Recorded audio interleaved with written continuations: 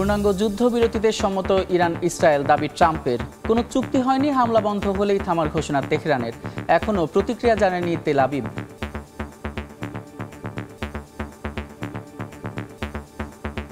যুদ্ধের প্রভাবে মধ্যপ্রাচ্যে স্থবির আকাশপথ, বাতিল শত শত ফ্লাইট, চরম ভোগান্তি ও আতঙ্কে হাজার হাজার যাত্রী।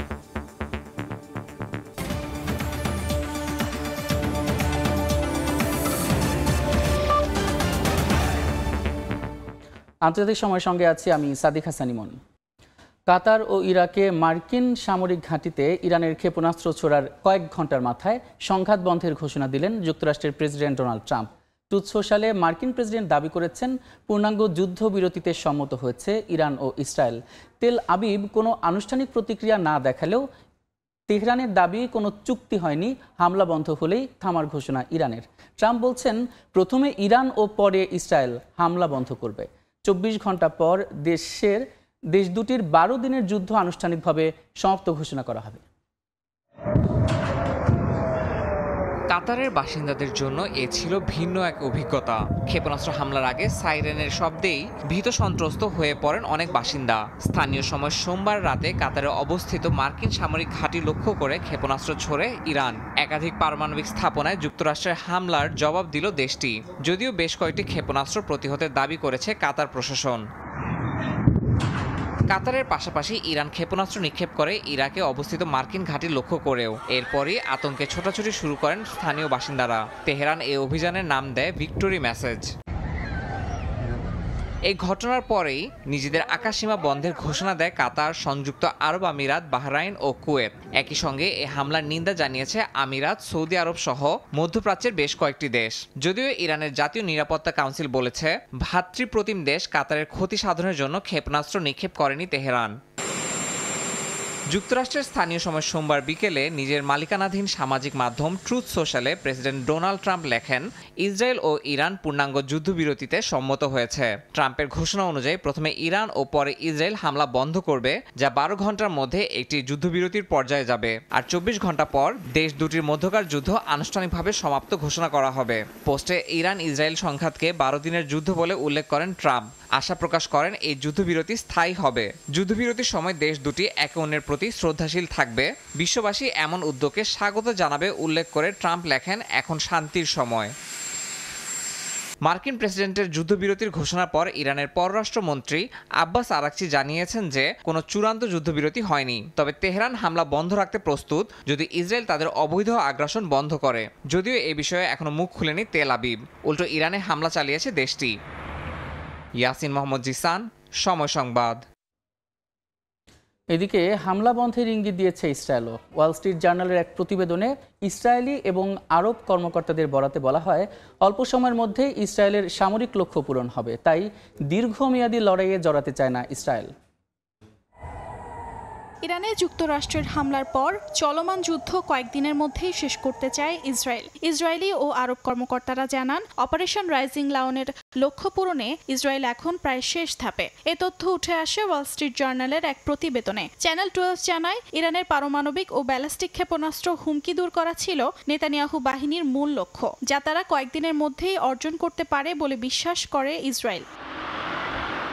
আরব দেশগুলোর কর্মকর্তারা জানান, যুক্তরাষ্ট্র মধ্যপ্রাচ্যের মিত্রদের মাধ্যমে ইরানকে এরই মধ্যে জানিয়েছে ইসরায়েল যুদ্ধ শেষ করতে চায়। তবে তেহরান এখনও মনে করে যুক্তরাষ্ট্রের হামলার প্রতিশোধ তাদের নিতে হবে। টাইমস অফ ইসরায়েলে এক ইসরায়েলি কর্মকর্তা বলেন, সবকিছু নির্ভর করছে ইরানের উপর। যদি ইরান পারমাণবিক কর্মসূচি বন্ধে সম্মত হয়, ইসরায়েল এখনই যুদ্ধ বন্ধ করতে প্রস্তুত। ইসরায়েলি গণমাধ্যম ওয়াল্লার বরাতে জানা যায়, ইরানের সর্বোচ্চ নেতা আয়াতুল্লাহ আলী খামেনিকেই যুদ্ধ থামানোর প্রধান বাধা হিসেবে দেখছে ইসরায়েল। যুক্তরাষ্ট্র ও ইসরায়েলের টানা হামলায় ইরান যেন আবার আলোচনায় ফিরে আসে, এটাই ইসরায়েলের উদ্দেশ্য বলেন তিনি। এদিকে ইসরায়েলের প্রধানমন্ত্রী বিনিয়ামিন নেতানিয়াহু জানান, ইসরায়েল যুদ্ধবিরতিতে যেতে রাজি, তবে তা কেবলমাত্র পূর্ণ লক্ষ্যে পৌঁছানোর পরই। অর্চিতা শাহজিন, সময় সংবাদ। মধ্যপ্রাচ্য সংঘাতের সবশেষ পরিস্থিতি নিয়ে আলোচনার জন্য স্টুডিওতে আছেন সহকর্মী আমিরুল ইসলাম আলিফ। আলিফ, আপনাকে স্বাগত। সাদিক, আপনাকে ধন্যবাদ। জি, এই যে ট্রাম্প দাবি করলেন যে ইরান এবং ইসরায়েলের যুদ্ধবিরতিতে যাবে, যুদ্ধ বন্ধ হচ্ছে, কিন্তু তারপরে এখনো দেখছি যে যুদ্ধ হামলা, পাল্টা হামলা এগুলো কিন্তু চলছেই। তো এ ব্যাপারে ব্যাখ্যা কি আপনার কাছে? দেখুন, যুক্তরাষ্ট্রের যে অবস্থান, এই ইরান ইসরায়েল সংঘাত নিয়ে যুক্তরাষ্ট্রের যে অবস্থান, শুরু থেকেই কিন্তু যুক্তরাষ্ট্রের অবস্থানটি নিয়ে ধোঁয়াশা রয়ে গেছে এবং তাদের অবস্থান ক্ষণে ক্ষণে রং বদলাচ্ছে। যদি আমি এখানে একটু বলে রাখি, আপনি জানেন জেসিপিওএ চুক্তি নিয়ে কিন্তু সেই ট্রাম্পের আগের মেয়াদ থেকে সংঘাত ইরানের সঙ্গে। ট্রাম্প একতরফাভাবে সেই চুক্তি থেকে বেরিয়ে যান এবং এর পরবর্তীতে ইরানের উপর একে একে বিভিন্ন ধরনের নিষেধাজ্ঞা আসতে থাকে এবং তার সবশেষ ফলশ্রুতিতে এই মেয়াদে এসে কিন্তু ট্রাম্প ইসরায়েলের যে হামলা, সেই হামলাটিতে মোটামুটিভাবে মদদ দিয়ে আসছিল এবং সবশেষ ট্রাম্প গতকাল দাবি করলেন ইরান ইসরায়েল উভয় পক্ষই যুদ্ধবিরতিতে সম্মত হয়েছে। কিন্তু উভয় পক্ষ থেকে কিন্তু দাবি করে আসা হচ্ছে তাদের কারো স্বীকারোক্তি নেই এই জায়গায়, অর্থাৎ তাদের যুদ্ধবিরতিতে সম্মত হওয়ার কোনো সম্মতির লক্ষণ কিন্তু তাদের নেই। এই জায়গায় কিছু তথ্য উপাত্ত আমি আপনার মাধ্যমে দর্শকদের জানিয়ে রাখতে চাই। দেখুন, ইরান ইসরায়েল পূর্ণ যুদ্ধবিরতিতে সম্মত এরকম একটি দাবি ট্রাম্পের পক্ষ থেকে এসেছে, যেমনটি আমি বলছিলাম, কিন্তু উভয় পক্ষের কোনো দেশই কিন্তু এখনো এই দাবির স্বীকৃতি জানায়নি, বরং পাল্টাপাল্টি হামলা চালিয়েছে। তেহরানের সরকারি এবং সামরিক স্থাপনা লক্ষ্য করে ইসরায়েল যেরকম হামলা চালিয়েছে, একইভাবে ইরানও হামলার হুঁশিয়ারি দিয়েছে এবং যুদ্ধবিরতির জায়গাটিতে পররাষ্ট্রমন্ত্রী আব্বাস আরাকচি তিনি কিন্তু বলেছেন যুদ্ধবিরতিতে সম্মত হওয়ার কোনো ব্যাপার তাদের আনুষ্ঠানিক ঘোষণা এখনো নেই, তবে ইসরায়েল যদি হামলা বন্ধ করে সেই ক্ষেত্রে হয়তো ইরানও হামলা বন্ধ করতে পারে, সেই ক্ষেত্রে যুদ্ধবিরতির একটি জায়গায় তারা আসতে পারে। পরবর্তীতে আরও কিছু তথ্য যদি আমি খেয়াল করি, কাতারে মার্কিন সামরিক ঘাঁটি লক্ষ্য করে আল উদেইদ সামরিক ঘাঁটি, যেটি যুক্তরাষ্ট্রের মার্কিন সেনাদের দ্বারা নিয়ন্ত্রিত আল উদেইদ সামরিক ঘাঁটি, সেখানে কিন্তু ইরান ক্ষেপণাস্ত্র হামলা চালিয়েছে। এই হামলা পরবর্তীতে উভয় দেশ অর্থাৎ কাতার এবং ইরান তাদের পাল্টাপাল্টি মতবাদ জানিয়েছে। কাতারের সঙ্গে সঙ্গে কিন্তু একাধিক মুসলিম রাষ্ট্র তাদের প্রতিক্রিয়া জানিয়েছে। কাতারের পক্ষ থেকে এই হামলাকে সরাসরিভাবে সার্বভৌমত্বের লঙ্ঘন বলেছে এবং ক্ষেপণাস্ত্র প্রতিহতে দাবি করেছে। কাতারের পক্ষ থেকে দাবি করা হয়েছে 19টি ক্ষেপণাস্ত্র নিক্ষেপ করেছিল ইরান, যার মধ্য থেকে 18টি তারা প্রতিহত করেছে, একটি আঘাত হানতে সক্ষম হয়েছে এবং সেই জায়গায় কোনো রকম ক্ষয়ক্ষতি অর্থাৎ প্রাণহানির কোনো তথ্য কিন্তু তারা জানায়নি। এবং কাতারে ইরানের হামলা, এই যে ইরানের যে সর্বশেষ হামলা, এই সর্বশেষ হামলায় কিন্তু আরব দেশগুলো প্রতিক্রিয়া জানিয়েছে। এই যে আরব দেশগুলো প্রতিক্রিয়া, সেই প্রতিক্রিয়া নিয়ে আমরা একটু প্রতিবেদন দেখে আসতে চাই। ইমাম, মার্কিন হামলায় পরমাণু স্থাপনা গুঁড়িয়ে দেওয়ার জবাবে সোমবার কাতারের আল উদেইদ মার্কিন ঘাঁটিতে ক্ষেপণাস্ত্র ছোড়ে ইরান। তবে আগেভাগে সতর্কবার্তা থাকায় ঘাঁটি খালি করে নেওয়া হয়েছিল, ক্ষয়ক্ষতির খবর মেলেনি। তবে আঞ্চলিক প্রতিক্রিয়া ছিল একেবারে ভিন্ন স্বরে। কাতারের পররাষ্ট্র মন্ত্রণালয়ের মুখপাত্র বলেন, এই হামলা তাদের সার্বভৌমত্ব, আকাশ সীমা ও আন্তর্জাতিক আইনের সরাসরি লঙ্ঘন। কাতার এর যোগ্য জবাব দেবে। সৌদি আরব এক বিবৃতিতে বলে, এই আক্রমণ কোনো অবস্থাতেই মেনে নেওয়া যায় না, এটি কাতারের বিরুদ্ধে নগ্ন আগ্রাসন। সংযুক্ত আরব আমিরাত জানায়, কাতারের সার্বভৌমত্বের ওপর এই আক্রমণ স্পষ্ট আন্তর্জাতিক আইনের লঙ্ঘন। তারা এমন যে কোনো হুমকির কড়া প্রতিবাদ জানায়। বাহরাইন জানায় তারা কাতারের পাশে রয়েছে এবং উপসাগরীয় সহযোগিতা পরিষদ জিসিসি এর ঐক্যের প্রমাণ হিসেবেই তাদের সমর্থন অব্যাহত থাকবে। কুয়েত জানায়, এই হামলা শুধু কাতারের সার্বভৌমত্বই নয়, বরং গোটা অঞ্চলে স্থিতিশীলতার উপর আঘাত। কুয়েত কাতারকে পূর্ণ সমর্থন জানাচ্ছে এবং আত্মরক্ষার অধিকার সমর্থন করছে। ফ্রান্সের প্রেসিডেন্ট ইমানুয়েল ম্যাক্রো বলেন, তারা কাতারের সঙ্গে সংহতি প্রকাশ করছেন। এই অরাজকতা বন্ধ করতে হবে, সবাইকে সংযত থাকতে হবে। চীনের পররাষ্ট্রমন্ত্রী ওয়াং ই বলেন, যুক্তরাষ্ট্র ইরানে হামলা করে বিশ্বের জন্য ভুল বার্তা পাঠিয়েছে। এখনই দরকার উত্তেজনা কমানো ও আলোচনায় ফেরা। এমনকি ফিলিস্তিন কর্তৃপক্ষ বলছে, ইরানের এই হামলা কাতারের সার্বভৌমত্বের লঙ্ঘন এবং তা কোনোভাবেই গ্রহণযোগ্য নয়। কাতারের জনগণের সঙ্গে তারা একাত্ম। সাদিয়া তাসনিম, সময় সংবাদ। যেমন আমরা দেখছিলাম প্রতিবেদনটি, জি আমরা দেখছিলাম যে বিশ্বমণ্ডলটা আসলে কিভাবে দেখছেন এবং মধ্যপ্রাচ্য বা কী ধরনের প্রতিক্রিয়া দেখাচ্ছে এটা দেখছিলাম। কিন্তু গতকালকে কিন্তু ইরাকে এবং দেখা গেল যে আরও বেশ কিছু মধ্যপ্রাচ্যের জায়গায় যখন মার্কিন ঘাঁটিতে বিমান হামলা চালানো হয়েছে, তখন তারপর থেকে দেখা যাচ্ছে যখন সামরিক ঘাঁটিতে হামলা চালানো হচ্ছে, মধ্যপ্রাচ্যে কিন্তু বিমান যোগাযোগ বন্ধ রাখা হয়েছে। তো এ ব্যাপারে সবশেষ কি তথ্য আপনার কাছে? দেখুন, বিমান চলাচল বন্ধ রাখার পেছনে এই যে আপনি মার্কিন সেনাদের কথা তুলে আনলেন, যুক্তরাষ্ট্রের কথা আমরা শুরুতে বলছিলাম, সবকিছুর কিন্তু মূলে যদি আমি খেয়াল করি, এই জায়গায় যুক্তরাষ্ট্রের ভূমিকাটি অত্যন্ত গুরুত্বপূর্ণ। যুক্তরাষ্ট্রের পক্ষ থেকে আমি শুরুতেই বলেছিলাম, যুক্তরাষ্ট্রের অবস্থান বরাবরের মতো ধোঁয়াশাপূর্ণ। শুরু থেকে পিট হেগসেথ কিংবা মার্কো রুবিও তাদের পক্ষ থেকে দাবি করে আসা হচ্ছিল ইরানের পারমাণবিক কার্যক্রমের বিরুদ্ধে তাদের সংগ্রাম, ইরানের সরকার পতন, এরকম কোনো উদ্দেশ্য তাদের এই হামলার পেছনে ছিল না, তারা দাবি করে আসছিল। কিন্তু সেই জায়গায় কিন্তু ট্রাম্প আবার দাবি করে বসলেন ইরানের এই অবস্থাটি তখনই সমাপ্ত হবে, ইরানের এই সংঘাত তখনই বন্ধ হবে যখন ইরানের সরকার পরিবর্তন হবে। এবং তিনি দাবি করলেন তার মেক আমেরিকা গ্রেট এগেইনের জায়গায় তিনি মেক ইরান গ্রেট এগেইন একটি দাবি তুলে নিয়ে আসলেন। যদি ইরানের বর্তমান শাসক গোষ্ঠী ইরানকে মহান করতে না পারে তবে ইরানের সরকার পতন হওয়া দরকার, এরকম দাবি কিন্তু ট্রাম্পের পক্ষ থেকে আপনার কাছে এখানে একটা প্রশ্ন আছে যে ডোনাল্ড ট্রাম্প হঠাৎ যুদ্ধবিরতির এই ধরনের সিদ্ধান্ত নিয়ে কেন তিনি সোশ্যাল মিডিয়ায় পোস্ট করলেন? এটা কি তার কি মনে হয় যে তাদের দেশের যে চাপ ছিল সেটা নাকি বিশ্বমণ্ডলের চাপে নাকি ইরানের চাপে? আপনি এই ব্যাপারে কি দেখুন, ভাবছেন? চাপ কিন্তু আসলে বহুমুখী চাপ ট্রাম্পের উপর ছিল।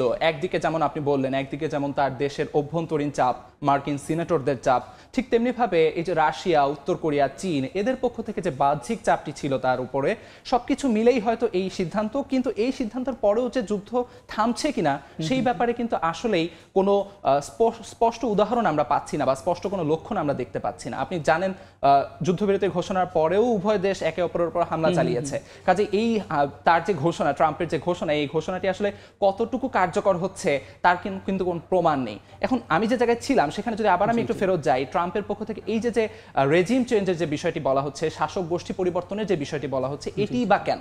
ট্রাম্পের এই যে ইরান ভীতি, আমি যদি ইরান ভীতি হিসেবে একে আখ্যা দেই, ইরান ভীতিটাই বা কেন?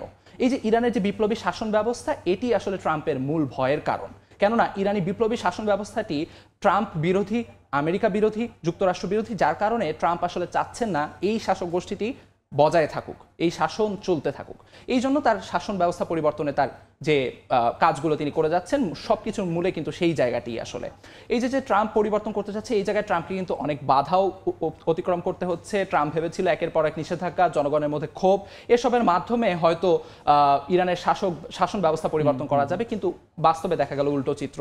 ট্রাম্প যত চাপ বৃদ্ধি করেছে, ইরান তত সংঘবদ্ধ হয়েছে এবং সবকিছু মিলিয়েই কিন্তু আজ এই মধ্যপ্রাচ্যের ভূ রাজনীতির এই অস্থিতিশীল একটি অবস্থাটি তৈরি হয়েছে। এখন সবশেষ ট্রাম্পের এই যুদ্ধবিরতি ঘোষণার পরে উভয় দেশ সম্মত হয় কিনা বা পরবর্তী পদক্ষেপ কই যায় সেদিকে আসলে তাকিয়ে রয়েছে পুরো বিশ্ব। জি জি জি, আপনাকে অসংখ্য ধন্যবাদ আলিফ। দেখা যাচ্ছে যে ইরান ইসরায়েলের যে যুদ্ধ সেটা একটা সমীকরণে পৌঁছাক, সেটা আমরা আশা করি, এবং সারা বিশ্বে যুদ্ধ থেমে যাক, শান্তিপূর্ণ পরিবেশ বজায় থাকুক, এটাই কিন্তু আমাদের প্রত্যাশা। আপনাকে অসংখ্য ধন্যবাদ। ধন্যবাদ ইমাম। ইরান ইসরায়েলের যুদ্ধে যুক্তরাষ্ট্রের প্রবেশ এবং নানাবিধ বৈশ্বিক চাপ সবকিছু নিয়ে আলোচনা করছিলেন আমাদের সহকর্মী আমিরুল ইসলাম আলিফ। মধ্যপ্রাচ্যে ইরান ইসরায়েল যুদ্ধের প্রভাবে স্থবির হয়ে পড়েছে আকাশপথ। কাতার সহ 7টি দেশ একযোগে তাদের আকাশসীমা সাময়িক বন্ধ করেছে। বাতিল হচ্ছে শত শত আন্তর্জাতিক ফ্লাইট, স্থবির হয়ে পড়ছে পর্যটন শিল্প। কাতার, সৌদি আরব, ইউএই, বাহরাইন, কুয়েত, লেবানন ও জর্ডান একযোগে বন্ধ করেছে তাদের আকাশসীমা। কাতারের পররাষ্ট্র মন্ত্রণালয় জানিয়েছে, নিরাপত্তা নিশ্চিত করতেই এই সিদ্ধান্ত। একে অঞ্চল জুড়ে জরুরি প্রতিক্রিয়া হিসেবে দেখছেন পর্যবেক্ষকরা। কাতার, দুবাই ও দোহাগামী ফ্লাইট বাতিল করেছে American airlines, United airlines, Singapore airlines, British Airways সহ বহু সংস্থা। হঠাৎ আকাশসীমা বন্ধের ফলে বিভিন্ন এয়ারপোর্টে আটকা পড়েছে হাজার হাজার যাত্রী। এদিকে দীর্ঘ রুটে ঘুরিয়ে ফ্লাইট পরিচালনা করায় বাড়ছে খরচ, সময় ও জ্বালানির চাপ। ব্রিটিশ এয়ারওয়েজ থেকে শুরু করে তুর্কি ও লুফথানসা সবাইকে রুট পুনর্গঠনে হিমশিম খেতে হচ্ছে। বিশেষজ্ঞরা বলছেন, এই সংকট দীর্ঘ হলে বিমা কোম্পানি ও ট্যুর অপারেটররা মধ্যপ্রাচ্যকে উচ্চ ঝুঁকিপূর্ণ অঞ্চল হিসেবে চিহ্নিত করতে পারে।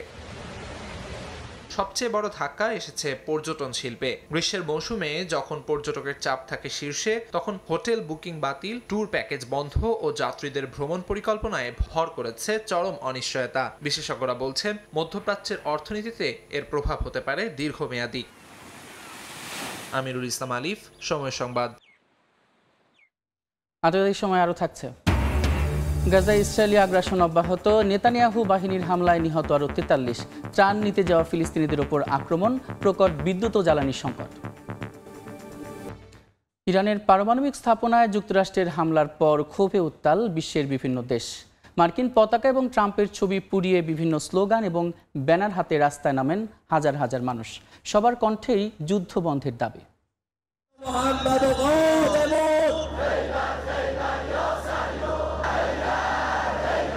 সবার কণ্ঠে একই slogan, no compromise no surrender. পিছু হটা নয়, প্রতিশোধই একমাত্র পথ। এমন শপথে উত্তাল ইরানের রাজধানী তেহরান। যুক্তরাষ্ট্রের বিমান হামলার পরদিনই বিক্ষোভে নামেন হাজারো মানুষ, যেখানে সামিল হন খোদ প্রেসিডেন্ট পেজেশকিয়ানো। ইসরায়েলকে পুরোপুরি ধ্বংস করে মার্কিন ঘাঁটিগুলোতে আঘাত হানার হুঁশিয়ারিও দেন তিনি। এই যুগে যখন শত্রুরা কোনো আইন বা নীতিমালার প্রতি দায়বদ্ধ নয়, আমাদের উচিত সামরিক বিকল্পে এগিয়ে যাওয়া। ইসরায়েলকে ধ্বংস করে যুক্তরাষ্ট্রের ঘাঁটিগুলোর ওপর আঘাত হেনে তাদের অঞ্চল ছাড়তে বাধ্য করতে হবে। আমেরিকা খুব বড় একটি ভুল করেছে। আমরা বহু বছর ধরে এই ভুলের অপেক্ষায় ছিলাম। এখন আমরা তাদের এমনভাবে জবাব দেব যাতে তারা সারা জীবন তা মনে রাখে। তেহরানে ক্ষোভের আগুন ছড়িয়েছে কানাডা ও লস অ্যাঞ্জেলেসেও। শত শত মানুষের কণ্ঠে যুদ্ধ বন্ধের দাবি। কেউ কেউ পুড়িয়েছেন মার্কিন পতাকা। তারা বলছেন, ফিলিস্তিনে গণহত্যা চালিয়ে যেতে এই যুদ্ধ বাধাতে চান ট্রাম্প। যুক্তরাষ্ট্রে বসবাসরত ইরানিরা বলছেন, পরিবারের কাউকে হারাতে চান না তারা। গতকাল বোমা বর্ষণের খবর শুনে আমি সত্যি স্তম্ভিত হয়ে গিয়েছিলাম। কংগ্রেসের তদারকি নেই, প্রেসিডেন্ট নিজেই সিদ্ধান্ত নিয়েছেন।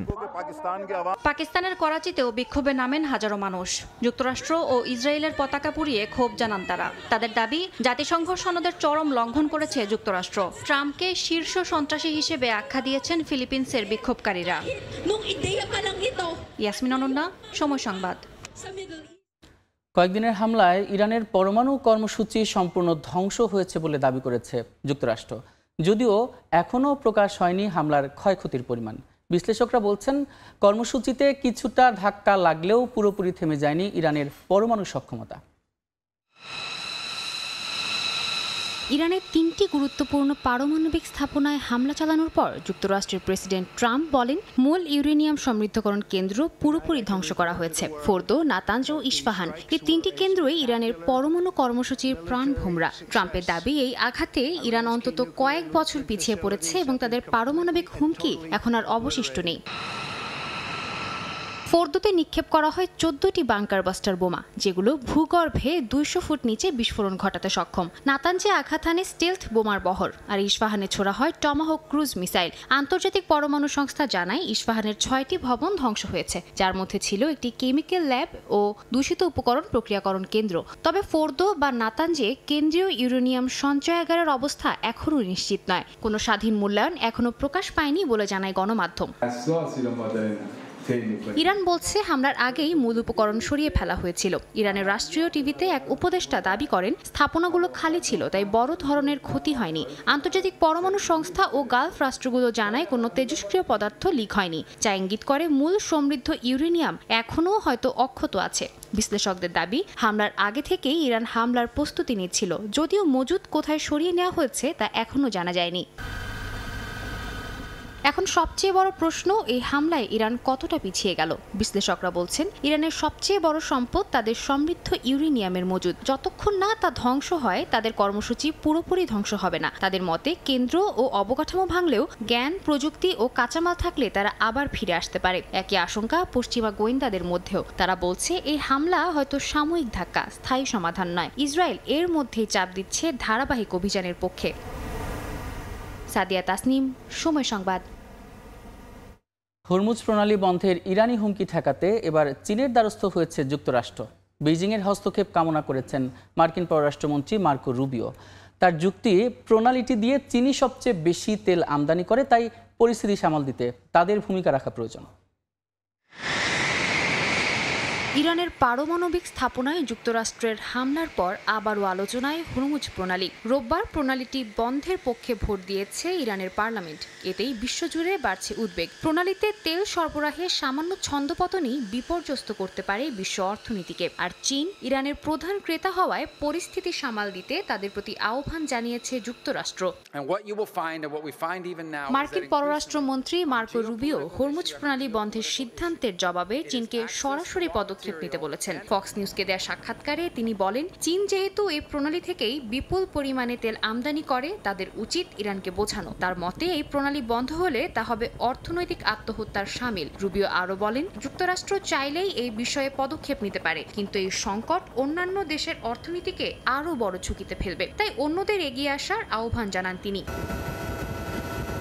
ইরানের রাষ্ট্রীয় গণমাধ্যম জানায় পার্লামেন্ট হরমুজ প্রণালী বন্ধের পরিকল্পনা অনুমোদন করলেও চূড়ান্ত সিদ্ধান্ত নেবে সুপ্রিম ন্যাশনাল সিকিউরিটি কাউন্সিল। বিশ্বের মোট তেলের প্রায় 20% হরমুজ প্রণালী হয়ে পরিবহন হয়, যার উপর নির্ভরশীল চীন, ভারত, জাপান এবং দক্ষিণ কোরিয়ার মতো দেশগুলো। শুধু চীনই গত মাসে দৈনিক 18 লাখ ব্যারেল তেল আমদানি করেছে ইরান থেকে। বিশ্লেষকরা বলছেন, এই প্রণালী বন্ধ করে ইরান নিজের গালফ প্রতিবেশী ও প্রধান তেল গ্রাহক চীনকেও শত্রুতে পরিণত করতে পারে। এতে তেহরানের লাভ কম, ক্ষতি অনেক বেশি বলে দাবি তাদের। সাদিয়া তাসনিম, সময় সংবাদ।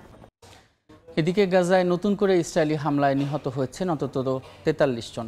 তাদের মধ্যে 13 জন ছিলেন ত্রাণ নিতে যাওয়া সাধারণ নাগরিক। আরব দেশগুলোর মনোযোগ ইরান যুদ্ধের দিকে থাকলেও গাজার পরিস্থিতি হয়ে উঠছে মানবিক বিপর্যয়ের এক করুণ চিত্র। প্রকট হয়েছে বিদ্যুৎ ও জ্বালানির সংকট। ইরান ইসরায়েল সংঘাতের আড়ালে গাজা সিটি যেন পরিণত হচ্ছে মৃতের নগরীতে। ত্রাণের জন্য ভিড়, আর সেখানেও ঝরছে প্রাণ। রাফা থেকে শুরু করে বাইত লাহিয়া পর্যন্ত গাজা জুড়ে নতুন করে বিমান হামলা চালিয়েছে ইসরায়েল। এতে হতাহত হয়েছেন বহু মানুষ। সোমবার স্থানীয় সময় সকালে নুসেইরাত, জাবালিয়া ও সুজাইয়ার মতো এলাকায় চালানো হয় বিমান হামলা ও গোলাবর্ষণ।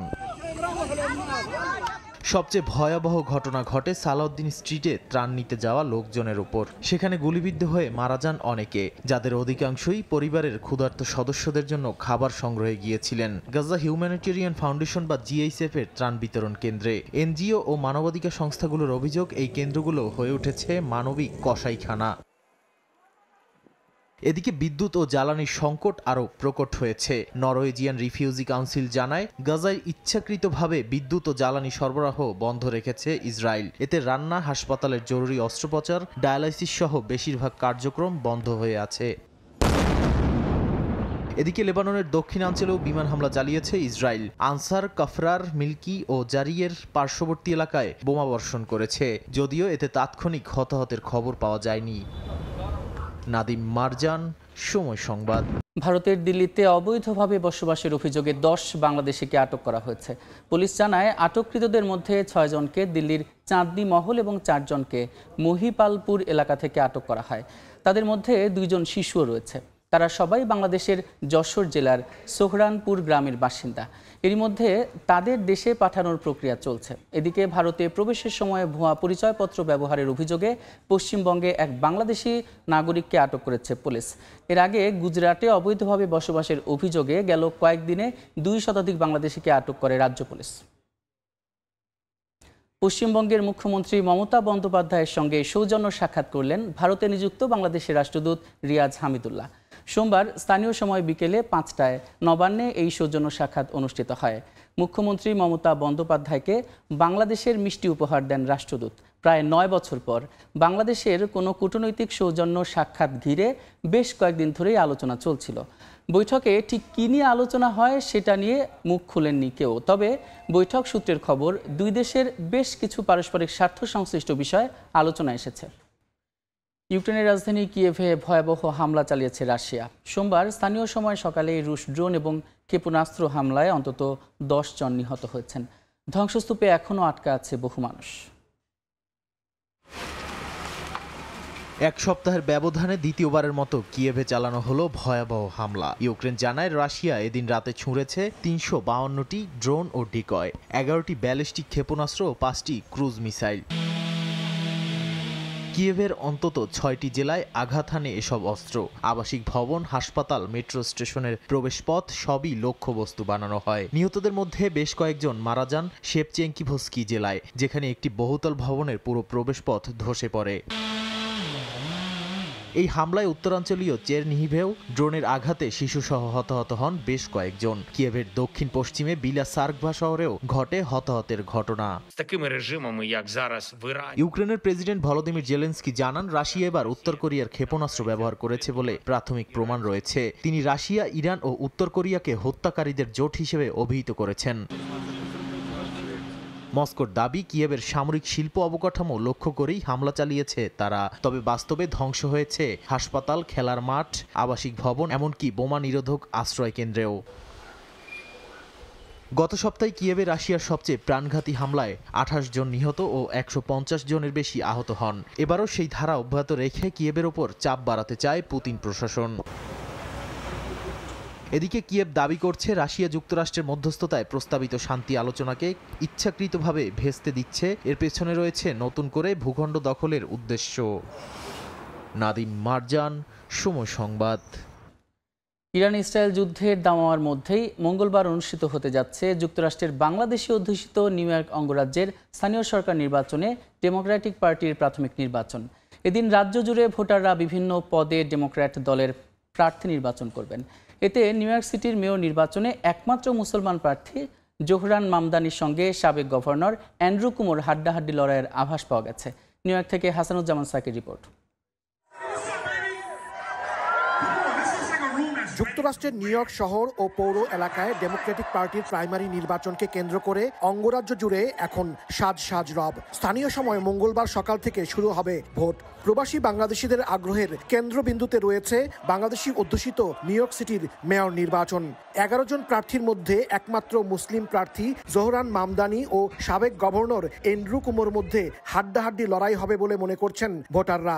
জোহরান মামদানি অত্যন্ত চৌকস এবং আমার মতে তিনি একজন যোগ্য প্রার্থী। উনি আমাদের এই সিটির নিউ ইয়র্ক সিটির জন্য আশা করি আমাদের সমাজের যে অবস্থা বর্তমানে তার থেকে অনেক উন্নত কিছু করার প্রয়াস নেবেন। আমি আমেরিকান যে কোনো নির্বাচনে আমি খুব আনন্দ উপভোগ করি, কারণ এইটাই যে এরা এত স্বচ্ছ, এত সুন্দরভাবে নির্বাচনটা শেষ করে, ওই জায়গাটাতে আমার খুব বিস্ময়ের ব্যাপার। ইরান ও ইসরায়েল যুদ্ধ এবার ভোটে প্রভাব ফেলতে পারে বলে মনে করছেন রাজনৈতিক বিশ্লেষকরা। পূর্ব আফ্রিকার দেশ উগান্ডার বংশোদ্ভূত মুসলিম অ্যাসেম্বলিম্যান জোহরান মামদানির মা প্রখ্যাত ভারতীয় চলচ্চিত্রকার মীরা নায়ার। মেয়র পদে 33 বছর বয়সী মামদানিকে নিয়ে তাই এবার মুসলিম কমিউনিটি ও ভারতীয় ভোটারদের মধ্যে সমানভাবে আগ্রহ সৃষ্টি হয়েছে। পিছিয়ে নেই যৌন কেলেঙ্কারির দায়ে অভিযুক্ত নিউ ইয়র্কের গভর্নর পদ থেকে পদত্যাগকারী Andrew Cuomo. Anyone to tell our stories any longer. We can tell them ourselves. And if you want to reject us, then you are opening the door for us to reject you. মার্কিন নির্বাচনী ব্যবস্থায় দল নয়, ভোটাররা সরাসরি vote দিয়ে প্রার্থী মনোনয়ন দেন। এটি রাজনৈতিক দলগুলোর প্রাইমারি নির্বাচন বলে পরিচিত।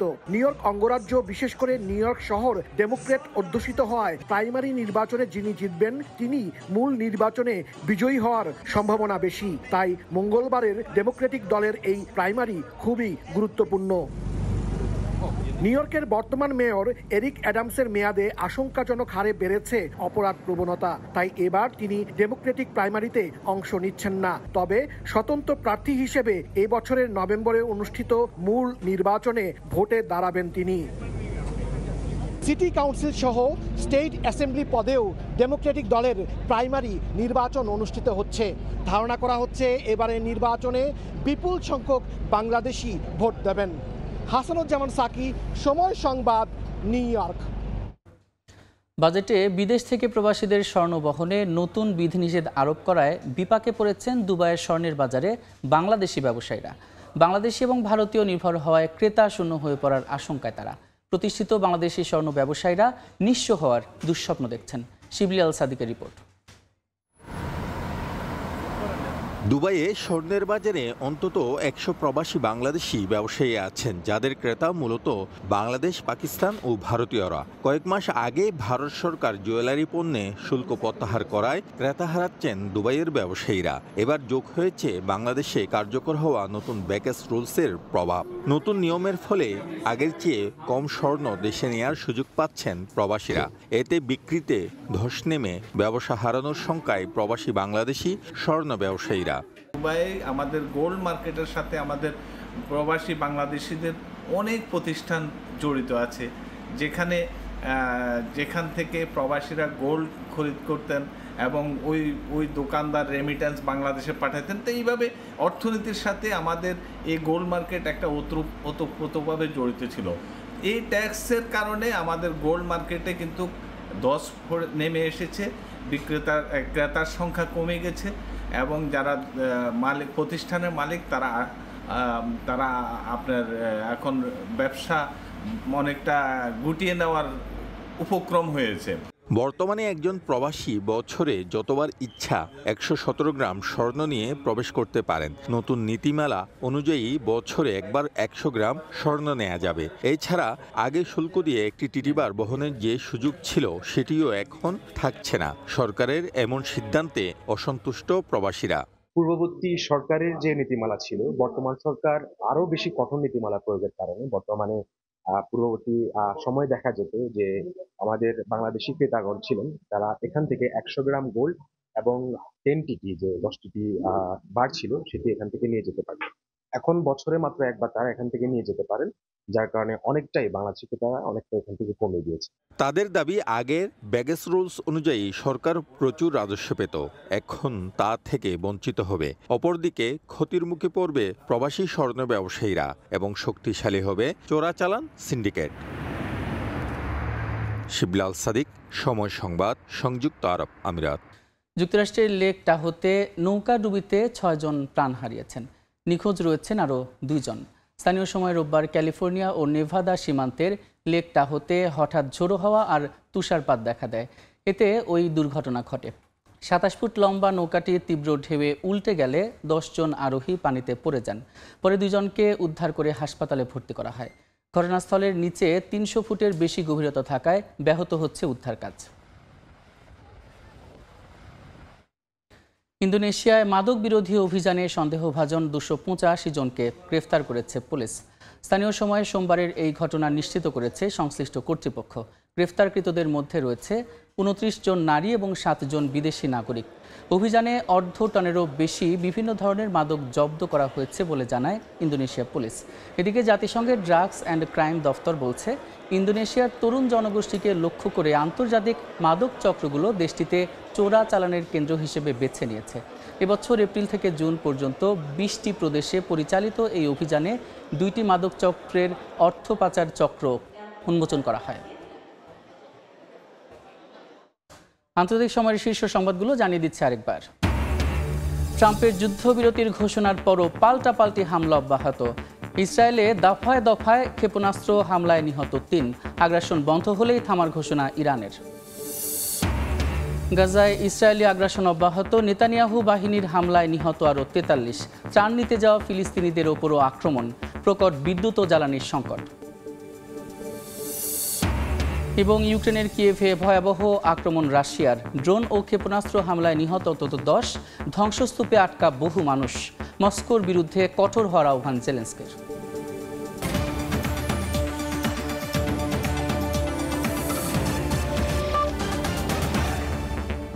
এই ছিল আন্তর্জাতিক সময়ের সঙ্গে থাকুন সময়ের।